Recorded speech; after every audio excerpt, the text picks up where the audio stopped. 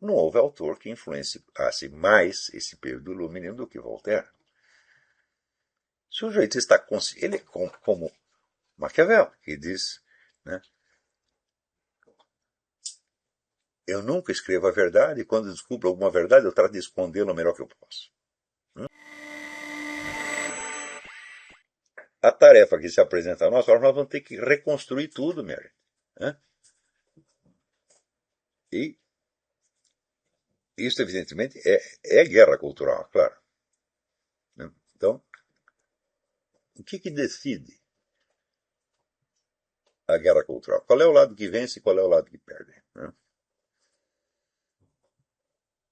Então, vou voltar uns séculos atrás e ver o que aconteceu logo no advento da modernidade. Eu vou ler aqui três linhas de um livro que é uma coisa majestosa, Radical Enlightenment, de Jonathan Israel. Uma das grandes. Isso aqui é o primeiro volume de uma série, cada um de 1000 páginas, um negócio monstruoso. Então, tá tudo aqui. Nem sempre a gente concorda com as avaliações que ele faz, mas em matéria de coleção de fatos, dificilmente você vai encontrar uma coisa melhor que isso.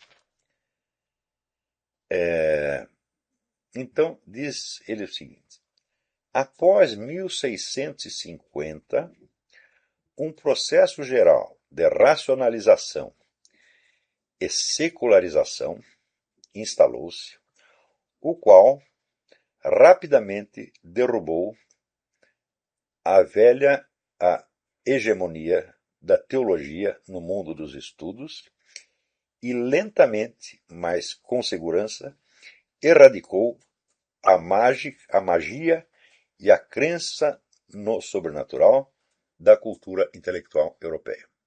Muito bem. Isso aqui é um entendimento geral que se tem do que houve nesse período, geralmente chamado o Iluminismo. Quer dizer, a crença na magia foi afastada junto com a hegemonia da teologia e se instala então um processo de racionalização e secularização.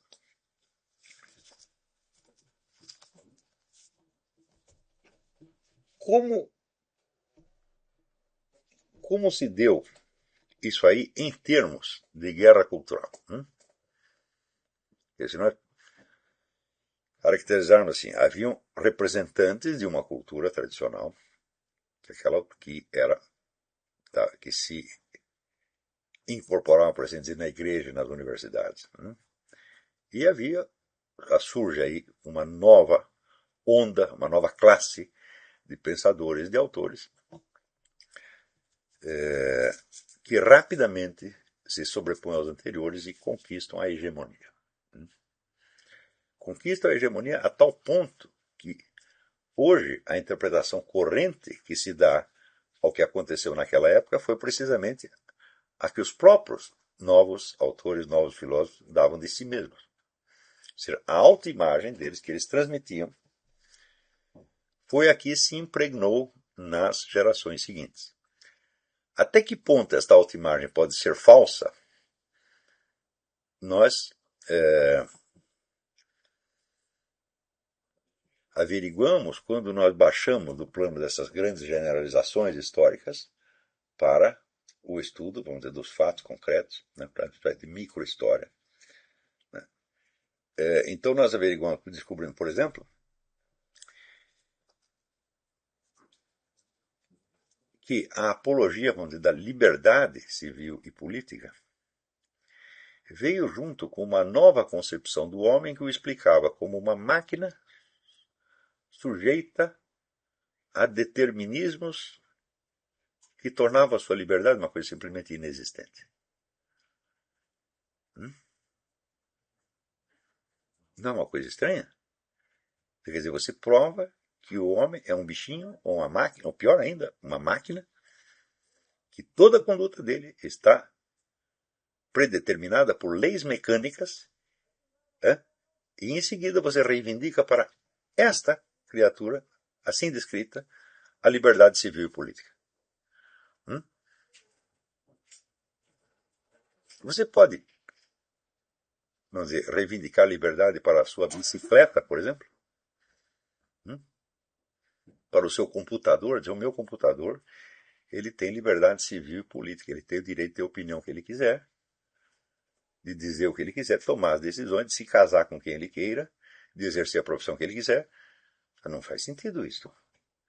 Quer dizer, se você demonstrou que o homem é uma máquina inteiramente determinada por leis mecânicas, a ideia da liberdade civil e política não faz o menor sentido. Daí, quando nós escavamos um pouco mais, nós descobrimos que alguns dos filósofos dessa época tinham perfeita consciência disso. E diziam o seguinte, como Voltaire. Voltaire dizia o seguinte: é preciso mentir como um diabo. E não só em momentos particulares, mas sistematicamente e sempre. Ora, não houve autor que influenciasse mais esse período iluminado do que Voltaire. Se o sujeito está consciente, ele é como Maquiavel, que diz, né, eu nunca escrevo a verdade e quando descubro alguma verdade eu trato de escondê-la o melhor que eu posso. Claro que ele não diz isso em público, ele diz na sua correspondência privada. Declarações do mesmo teor são muito frequentes, entre outros autores do mesmo período, como Diderot, Dolbach e outros. Né? Então, quer dizer, foi esta gente que removeu a cultura antiga baseada na crença, na magia, etc., e inaugurou uma nova era baseada na racionalidade. Falando, tudo isso está muito esquisito. Né? Mas nós podemos nos perguntar, se esses camaradas eram assim, como Voltaire e outros, como foi que eles levaram vantagem tão facilmente na disputa com os seus adversários? Né? Por exemplo, nós sabemos que existe uma imagem pública da ordem jesuítica que foi consagrada por praticamente todos os historiadores até os anos 50, e que diz o seguinte, que a ordem jesuítica foi um fator de atraso no desenvolvimento e progresso das ciências, né? Porque enquanto o pessoal estava já com as ideias de ciência experimental, racionalidade, etc., eles estavam com a velha teologia, né? Oprimindo todo mundo, né? E não deixando ninguém pesquisar coisíssima nenhuma. Bom, os últimos 30 anos foi que o pessoal, alguém lembrou de perguntar, mas peraí, será que foi assim mesmo? Quando você vai ver as contribuições da ordem jesuítica, as contribuições dos jesuítas ao desenvolvimento da ciência nesse período, digamos, século XVII e XVIII, foram muito maiores do que todo mundo.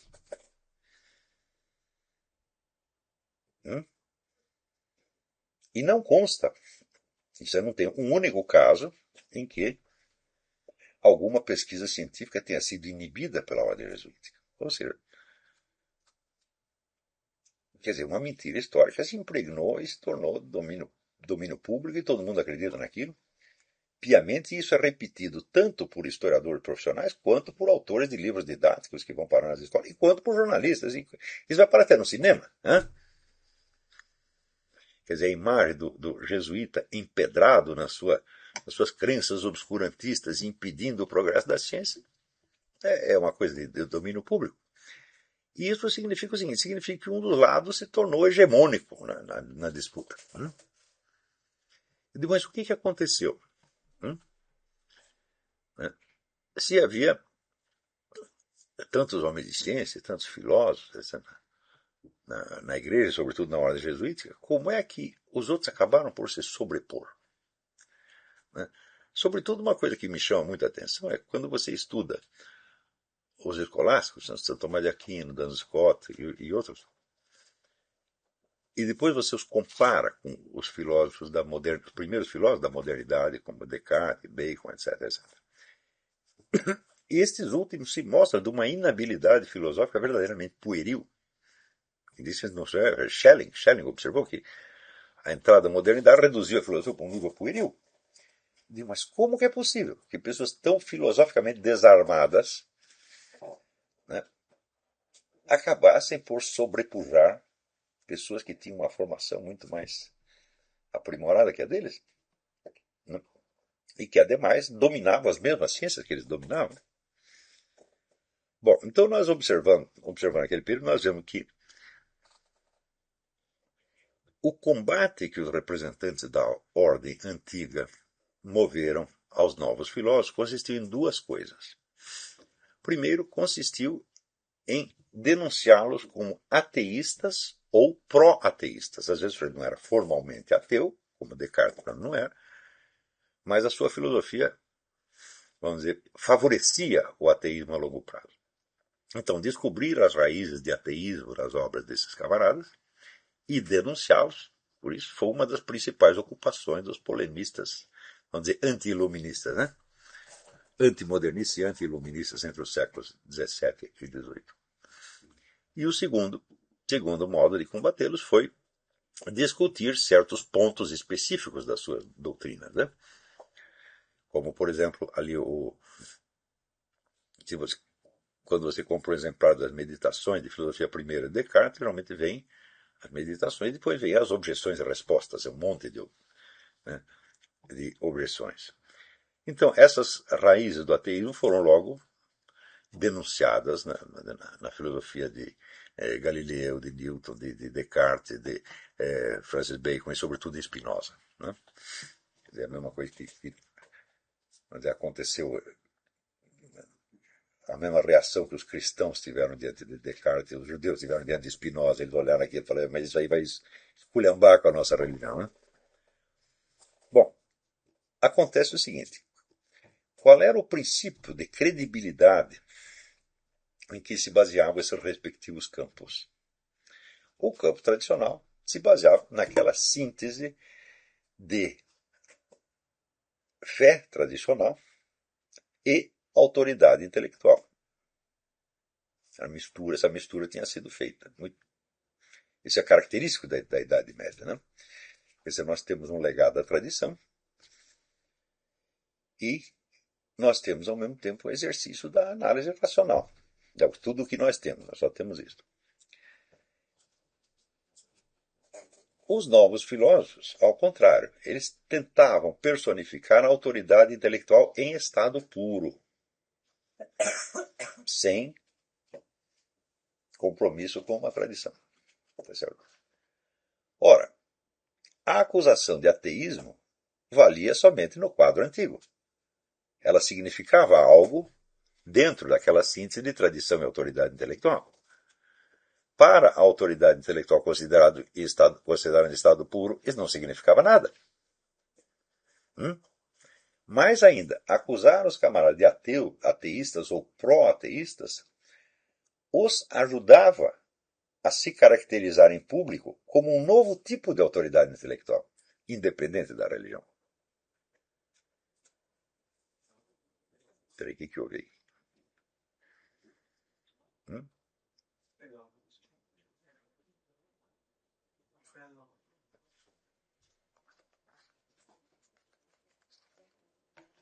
Para ela voltar a sentar.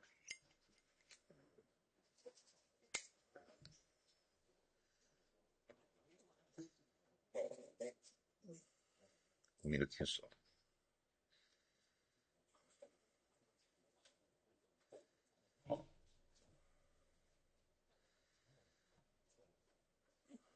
É que eu uso a Isa como minha régua. Se a Isa não está entendendo, eu tenho a impressão que eu mesmo não estou entendendo. Eu sei.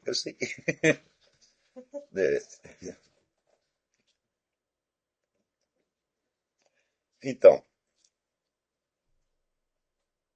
quando os representantes da ordem tradicional acusavam os novos filósofos de ateístas ou pró-ateístas, eles estavam falando na sua própria linguagem e estavam apelando a um princípio de credibilidade que valia para eles, mas que não valia necessariamente para o outro.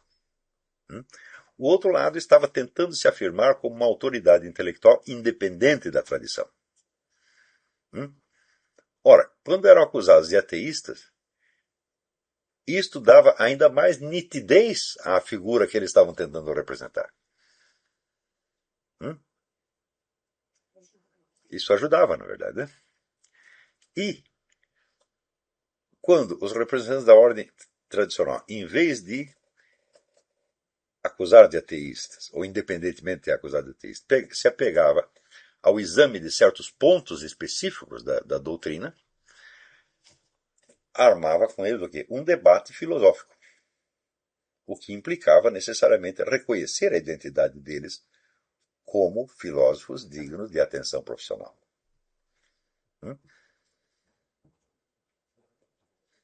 Isto por quê? Porque os representantes da ordem antiga estavam tão identificados com ela que não conseguiam conceber uma situação diferente. Ao passo que os representantes da nova ordem já tinham inventado uma situação diferente, já tinham apostado tudo numa situação diferente, ou seja, no advento de um novo tipo de autoridade intelectual, desligado da tradição, não necessariamente hostil a ela, mas desligado e independente dela. E cada vez que eles discutiam, eles afirmavam esta autoridade e mostravam que ela já existia. E o outro lado, o lado tradicional, quando os atacava, seja como ateístas, seja como autores de filosofias erradas ou inverídicas, os reconhecia como filósofos. Então estava aí formada a nova autoridade intelectual. Entenderam? Isso quer dizer que 2 séculos de polêmica. Quer dizer, quem hoje lê as objeções anti-iluministas dos autores católicos da época? Ninguém mais. Sumiu. É um material imenso. Sumiu. Porque era totalmente destituído de valor? Não. Mas porque era incapaz de fazer face à nova situação histórica que estava sendo criada. Em toda a situação de guerra cultural, existe este equívoco embutido. E aquele que for capaz de tirar proveito deste equívoco, impõe uma nova autoridade. Ainda que seja vencido nas discussões particulares. Como todos eles foram. Por exemplo, quando você pega a discussão de Galileu com São Roberto Bellarmino. São Roberto Bellarmino foi o inquisidor encarregado de examinar as obras de Galileu. Você pensa que a Inquisição ia pegando as pessoas tocando na fogueira, não é assim. A Inquisição era um doce de coco. Você mandava o inquisidor ia lá, batia na sua porta, falava, olha, tem que examinar suas obras, tem que discutir com o senhor para ver exatamente o que o senhor pensa. Ficava anos discutindo essa coisa. Os regimes modernos não dão essa chance para ninguém. Né? Você é capaz de imaginar, sei lá, o pessoal da KGB pegando o Solzhenitsyn e disseram, aqui, meu amigo, delegamos aqui um escritor, um pensador para discutir com o senhor as suas obras, para entender exatamente o que o senhor está pensando. Capaz de imaginar uma coisa dessa? Essas delicadezas de alma são coisas de outra época.